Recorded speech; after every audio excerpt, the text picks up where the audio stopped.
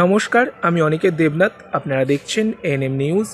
এই মুহূর্তে যে বড় খবরটি জানা যাচ্ছে তা হলো রাজ্যের বিরোধী দলনেতা শুভেন্দু অধিকারী তিনি অনশন মঞ্চে যে কলকাতা ধর্মতলায় যে সংগ্রামী যৌথ মঞ্চের যে সদস্যরা যে অনশন চালিয়ে যাচ্ছেন সেই মঞ্চে উপস্থিত হয়েছেন এবং তাদের অনশনকে সমর্থন করেছেন, তাদের সঙ্গে কথা বলেছেন, তিনি তাদের পাশে থাকার বার্তা দিয়েছেন। তিনি রাজ্যের বিরোধী দলনেতা হিসেবে যত রকম সাহায্য করা যায় তাদের পাশে থেকে ততই সে সব রকমের সাহায্য করার তিনি বার্তা দিয়েছেন। তিনি সবসময় পাশে থাকার বার্তা দিয়েছেন। সেখান থেকে তিনি মুখ্যমন্ত্রী মমতা বন্দ্যোপাধ্যায়কে নিশানা করেছেন এবং তিনি বলেছেন যে মুখ্যমন্ত্রী মমতা বন্দ্যোপাধ্যায়ের কথা মতো না চললে, আইনিভাবে আইন মেনে চললেই তা প্রত্যেককে সমস্যায় পড়তে হবে এবং সেই সমস্যায় পড়তে হয়েছে এই সংগ্রামী যৌথ মঞ্চের যে সদস্যরা রয়েছেন তাদের।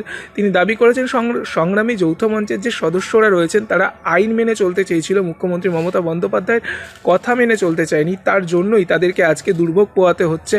এছাড়াও তিনি বলেছেন যে আগামী যে আগামী যে বিধানসভার অধিবেশন হবে সেই বিধানসভার অধিবেশনে তিনি সংগ্রামী যৌথ মঞ্চের দাবিকে তুলবেন এবং সেই দাবি তুলে তিনি সমস্ত রকমভাবে উত্তাল করে তুলবেন বিধানসভাকে এবং তার দাবি রাখার জন্য তার সপক্ষে বার্তা দেবেন।